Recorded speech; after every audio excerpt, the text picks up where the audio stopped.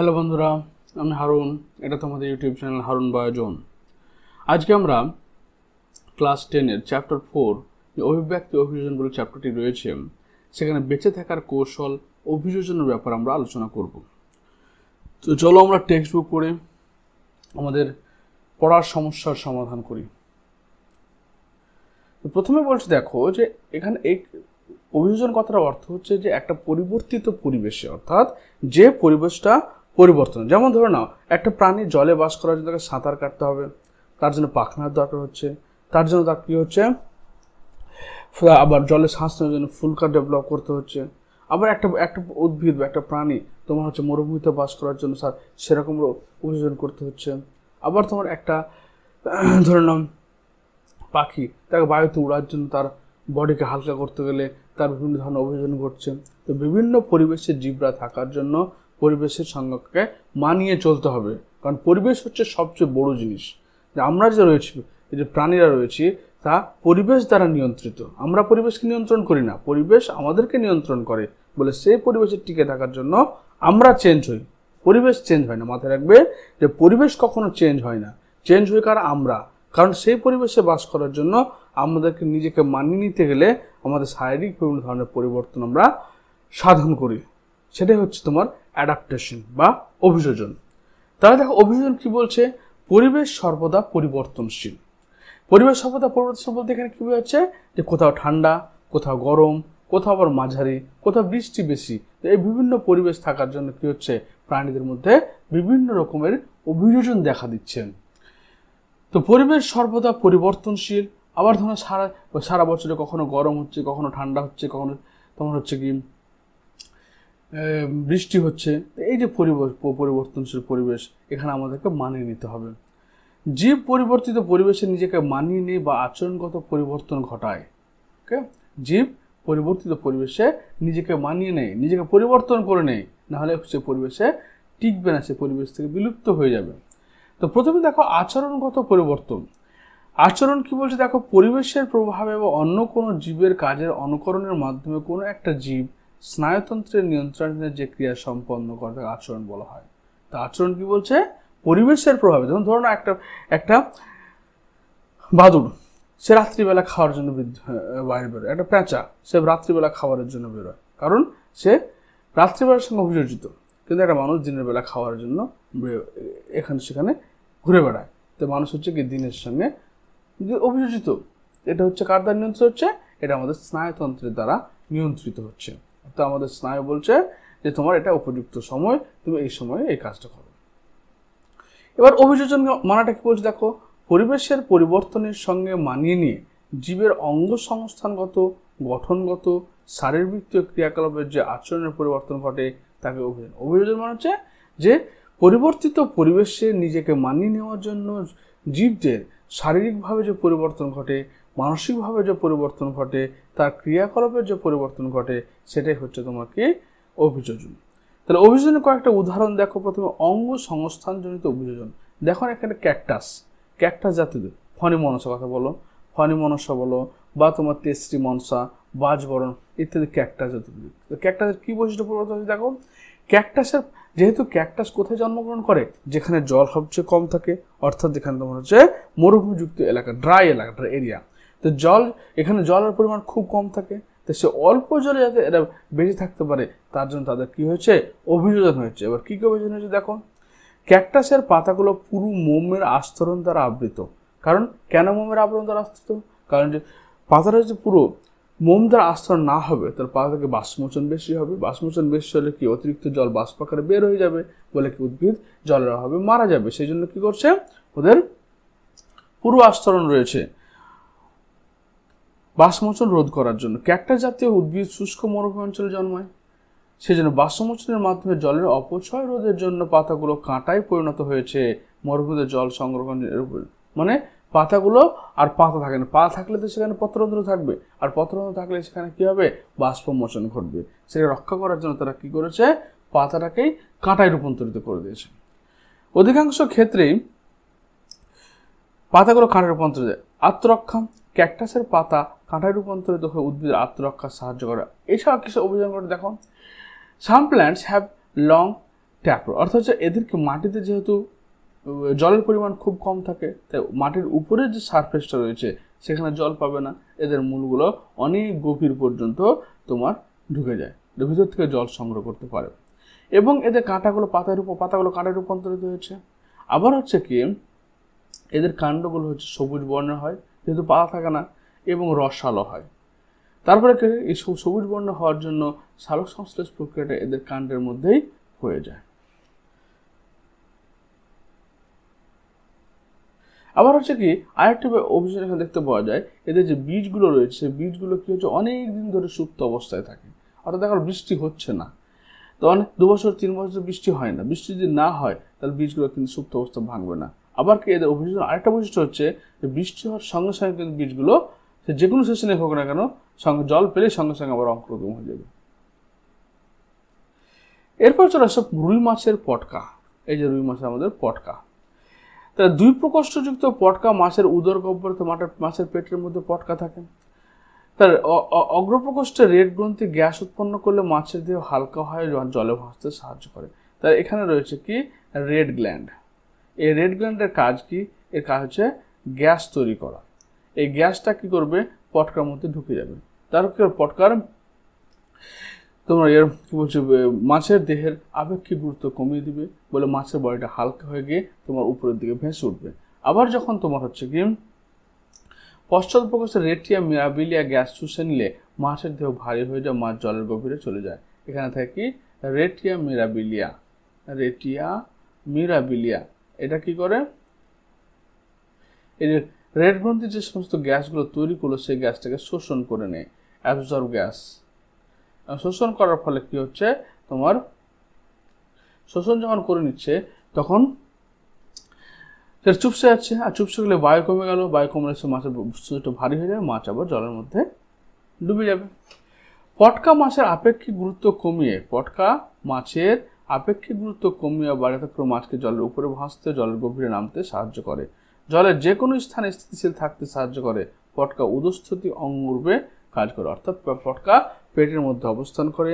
যখন এর রেড গ্রন্থি বায়ু তৈরি করে এবং বায়ু করার ফলে বায়ু ঢুকে যায়, বায়ু ঢুকে গেলে কি সেটা হালকা হয়ে যায় বলে উপরের লেভেল উঠে যায়। কিন্তু যখন আবার রেটিয়া মিরাবিলিয়া সে জলটাকে গ্যাসটাকে শোষণ করে নেয়, তারপরে সেটা চুপসে যায়, আবার মাছটা নিচে বসে যায়। মাছকে জলে ভাসতে ডুবতে সাহায্য করে। পায়রার বায়ুথলি। তাহলে পায়রা হচ্ছে একটা খেচর প্রাণী বলতে তারা বায়ুতে উড়ে বেড়ায়, এবং পায়রার বায়ুতে উড়ার জন্য ওর কিছু বৈশিষ্ট্যের পরিবর্তন ঘটেছে। যেমন তোমার ওর মধ্যে তোমার কি রয়েছে 9টি প্রধান এবং 4টি অতিরিক্ত বায়ুথলি থাকে। বায়ুথলিতে কি হচ্ছে মাছের পটকার মতোই, বায়ুথলিতে যদি বায়ু ভর্তি হয়ে যায় তো পায়রার দেহটা অনেকটাই হালকা হয়ে যায়। হালকা হয়ে গেলে কি সে উপরের দিকে উঠতে পারবে। যেমন বায়ুথলি বেলুনের মতো কাজ করে। বায়ুথলিগুলো বায়ুপূর্ণ হলে দেহের আপেক্ষিক গুরুত্ব কমে যায়, এতে পায়রা বায়ুতে সহজে ভেসে থাকতে পারে। বায়ুথলিগুলো দেহের দুপাশে এমনভাবে সজ্জিত যাতে ওড়ার সময় পায়রার দেহের ভর কেন্দ্র সঠিকভাবে স্থাপিত হয়, ওড়ার সময় অতিরিক্ত অক্সিজেন সরবরাহ করে। পায়রা দেহে পাকস্থলী থাকে না, পিত্তথলি থাকে না, এদের ডান ডিম্বাশয় থাকে না, একটা ডিম্বাশয় থাকে না হালকা করার জন্য। আবার কি হচ্ছে এদের যে পেশিগুলো, এই যে হাড়গুলো হচ্ছে স্পঞ্জি অস্থি, অর্থাৎ বায়ুগহ্বরযুক্ত হাড়, যার ফলে কি হয় এদের হাড়গুলো হালকা হয় এবং উঠতে সাহায্য করে। তারপর চলে আসে শারীরবৃত্তীয় অভিযোজন। শারীরবৃত্তীয় সুন্দরী গাছের, তারা কি সুন্দরী গাছ যে সমস্ত অঞ্চলে জন্মায়, সমুদ্র উপকূলবর্তী অঞ্চলে, সেসব অঞ্চলে বায়ুতে লবণের পরিমাণ খুব বেশি থাকে, এবং সেই লবণের পরিমাণ বেশি থাকার জন্য কি হয় উদ্ভিদরা মাটি থেকে অক্সিজেন অভাব বোধ করে, তাই অক্সিজেন শোষণ করার জন্য তাকে এক ধরনের মূল মাটির উপরে উঠে আসে, তাকে বলা হচ্ছে শ্বাসমূল বা নিউম্যাটোফোর। আবার কি হচ্ছে দেখো এদের ক্ষেত্রে কি হয় ভিভিপেরা জার্মিনেশন অঙ্কুরোদ্গম বা হচ্ছে জরায়ুজ অঙ্কুরোদ্গম দেখা যায়। বীজগুলো যদি মাটিতে পড়ে তাহলে যেহেতু মাটির লবণের পরিমাণ বেশি, অতিরিক্ত দ্রবণে যদি বীজগুলো পড়ে তো বীজগুলো শুকিয়ে মারা যাবে। ওই জন্য কি হয় গাছে থাকা অবস্থায় বীজগুলো অঙ্কুরিত হয়ে যায়। এই অঙ্কুরিত হওয়ার ফলে যখন মাটিতে পড়ে তখন মাটিতে এই অংশটা গেঁথে যায়, যার ফলে বীজটা মারা যায় না। এটাকে বলা হচ্ছে জরায়ুজ অঙ্কুরোদ্গম। তাহলে সুন্দরী গাছ যেসব অভিযোজন দেখা যায় হলো জলের মাধ্যমে শোষিত লবণ পাতার লবণ গ্রন্থি ও মূলের মাধ্যমে দেহ থেকে বার করে দিয়ে লবণ বিষক্রিয়াতে উদ্ভব করে। অর্থাৎ অতিরিক্ত লবণ মাটিতে রয়েছে, তাই লবণগুলো শোষণ করে তাদের পাতায় অবস্থিত লবণ গ্রন্থি বা মূলের মাধ্যমে দেহ থেকে বার করে দিয়ে লবণের বিষক্রিয়া থেকে রক্ষা করে। পরিণত পাতাতে অধিক লবণ জমা থাকে, পাতার মধ্যে অনেক লবণ জমা থাকে, সুতরাং পাতা ঝরে যাওয়ার মাধ্যমে লবণ বের করে দেয়। এদের কাণ্ডের ছালেও লবণ জমা থাকে, যা ত্যাগ করে বাকল মোচনের মাধ্যমে। ব্যাকলের কোষরসে লবণ জমা রাখে, মানে এদের মাটিতে তো লবণ বেশি, নোনা মাটি, ওই জন্য কি হচ্ছে এদের যে সমস্ত প্রত্যেকটা অঙ্গে জল লবণ সঞ্চিত রাখে, অতিরিক্ত লবণ সঞ্চিত রাখে, এবং যখন বয়স হয় সেটা ছুটে পড়ে যায়। এটা হচ্ছে তোমার সুন্দরী গাছের অভিযোজন। তারপর চলে এসে কিছু আমাদের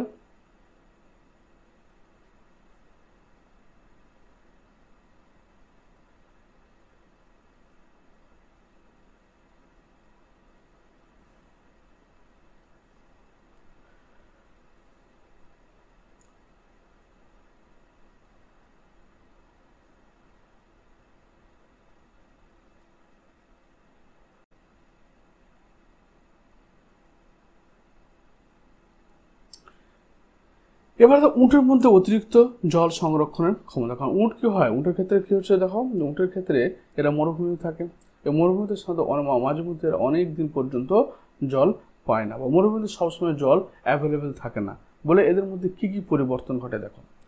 প্রথম হচ্ছে জল সংরক্ষণের জন্য উটের যেসব দেখা যায় সেগুলো হলো উটের পিঠে কুজ, এই উটের পিঠে যে কুজটা থাকে এখানে চর্বি থাকে, এই চর্বির মধ্যে জল সঞ্চয় করে রাখে। ওকে, এই চর্বিতে চর্বি জারিত হলে বিপাকে জল উৎপন্ন হয় এবং এই জল তার শারীরবৃত্তির প্রয়োজন মেটায়।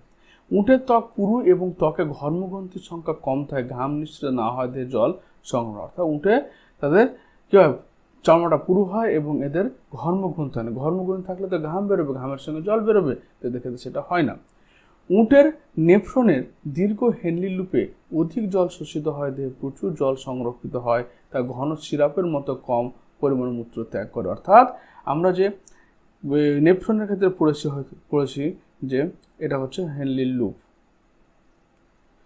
তো যে সমস্ত প্রাণী যত জল কষ্টের মধ্যে কম জলে বসবাস করবে, সে সমস্ত প্রাণীর এই হেনলি লুপের সাইজটা তত বড় হবে। এটাকে বলে loop of Henle, loop of Henle, যেটা নেফ্রনের মধ্যে আমাদের নেফ্রনের মধ্যে এই লুপ অফ হেনলিটা রয়েছে। তো হেনলি লুপের সাইজটা যত তোমার জল কষ্ট ভুগবে, জলের অভাব ভুগবে প্রাণীরা, তত এর হেনলি লুপের সাইজটা বড় হবে। যত জল অ্যাভেলেবেল থাকবে লুপ অফ হেনলিটা তোমার কমবে, কারণ এর মাধ্যমে কি হয়, জল এবং সোডিয়াম আর ক্লোরিনের পুনঃশোষণ হয়। তারপর হচ্ছে কি উটের মল, তা এবং এরা কি করে, এরা খুব অল্প পরিমাণে জল মানে মূত্র ত্যাগ করে, এই জন্য এদের মূত্রটা গাঢ় হয় এবং এরা ইউরিকোটলিক, এরা ইউরিক অ্যাসিড ত্যাগ করে, ইউরিয়া ত্যাগ করে না। উটের মল অত্যন্ত শক্ত এবং জলীয় অংশ থাকে না বলেছিল, অর্থাৎ মলের মাধ্যমে জল না বেরোয়, ওই জন্য এদের মলটা খুব শুষ্ক হয়। উটের রক্তে বিশেষ এক প্রকারের অ্যালবুমিন থাকার জন্য রক্তে কখনো জলের পরিমাণ কমে না। রক্তে কি থাকে, অ্যালবুমিন থাকার জন্য, এক ধরনের প্রোটিন থাকার জন্য রক্তে জলের পরিমাণটা কমে না। তারপর বলছে কি দেখো, বলছে যে উটের আরবিসি উভোত্তল বা নিউক্লিয়াস বিহীন, এই কারণে উটের আরবিসি উভোত্তল ও নিউক্লিয়াস বিহীন, এই কারণে সূক্ষ্মতম রক্তবাহের মধ্যে সহজে চলাচল করতে পারে। উট জলপান করলে সেই জল আরবিসির মধ্যে প্রবেশ করলেও আরবিসির হিমোলাইসিস ঘটে না, কারণ উটের আরবিসি প্রায় 240%, অন্য প্রাণীতে 150% প্রসারিত হয়। উটের দিয়ে জলভাব ঘটলে আরবিসি থেকে বেরিয়ে যায়। তাহলে উটে হচ্ছে কি, আরবিসি হচ্ছে উভোত্তল মানে হচ্ছে, আর এটা নিউক্লিয়াস বিহীন না, নিউক্লিয়াস যুক্ত হয়। উটের ক্ষেত্রে তোমার নিউক্লিয়াস যুক্ত হয়, অর্থাৎ আমাদের ক্ষেত্রে যেমন কি হয় এরকম ভাবে, এটা বাইকনকেভ শেপ বা দ্বি অবতল, মানে দুই দিক পৃষ্ঠটা বসা। কিন্তু এদের ক্ষেত্রে কি হয়, আরবিসিটা তোমার একটা ডিম্বাকৃতি আকৃতি হয়, ওভাল শেপড হয়, কারণ এদের মধ্যে কি থাকে, নিউক্লিয়াস থাকছে, যার জন্য কি হচ্ছে ওটা ডিম্বাকৃতি হয়। কিন্তু মানুষের ক্ষেত্রে নিউক্লিয়াস থাকে না বলে এটা দ্বি অবতল হয়।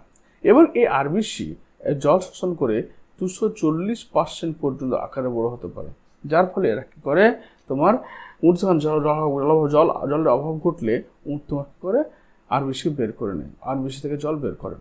তাহলে উটের কী হয়, এটা যখন মরুভূমিতে ধুলি ঝড় উঠে তখন যাতে ধুলোবালি প্রবেশ করতে না পারে ওই জন্য এদের নাকের মধ্যে একটা পর্দা থাকে। এদের কি হয়, থিক লিপস হয়। মানে থিক লিপস কেন হচ্ছে, কারণটা হচ্ছে যে সেই ক্যাকটাস জাতীয় উদ্ভিদের খাদ্য হিসেবে গ্রহণ করার জন্য এদের লিপটা ঠোঁটগুলো ঠিক হয়। তারপর এরা কী করে, মেটাবলিক ওয়াটারকে ব্যবহার করে, অর্থাৎ এরা খাদ্য যখন খাবার খায় সেই খাবারের থেকে অধিকাংশ জলকে তোর বের করে নিয়ে সেটা সঞ্চিত করে রেখে দেয়। তারপর হচ্ছে কী হচ্ছে, ওয়াইড ফিট হয়, এতে তোমার বালির মধ্যে যাতে পা বসে না যায় ওই জন্য চড়া পায়ে পাতা হয়। পোর সুয়েট হয়, যেহেতু ঘর্মগুণী থাকে না, এদের ঘাম তৈরি হয় না। ওভাল আর বেশি হয়, ওভাল বা ডিম্ব আকৃতি কেন হচ্ছে, যে নিউক্লিয়াস থাকছে। এদের কুচ থাকবে, জল থাকছে, এবং আইলেসেস অর্থাৎ চোখের মধ্যে বড় বড় চুল থাকবে, যাতে কি হয় ধুলোবালি প্রবেশ করতে না পারে।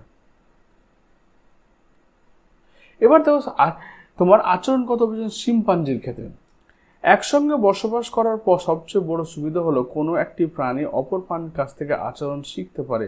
অনেক প্রাণী মানুষের সাথে থাকতে থাকতে মানুষের মতো আচরণ করে, অর্থাৎ অনেক প্রাণী রয়েছে যারা মানুষের সঙ্গে থাকতে থাকতে কি হয়, মানুষের থেকে জিনিসগুলো শিখতে শুরু করে। শিম্পাঞ্জিদের সমস্যার সমাধান।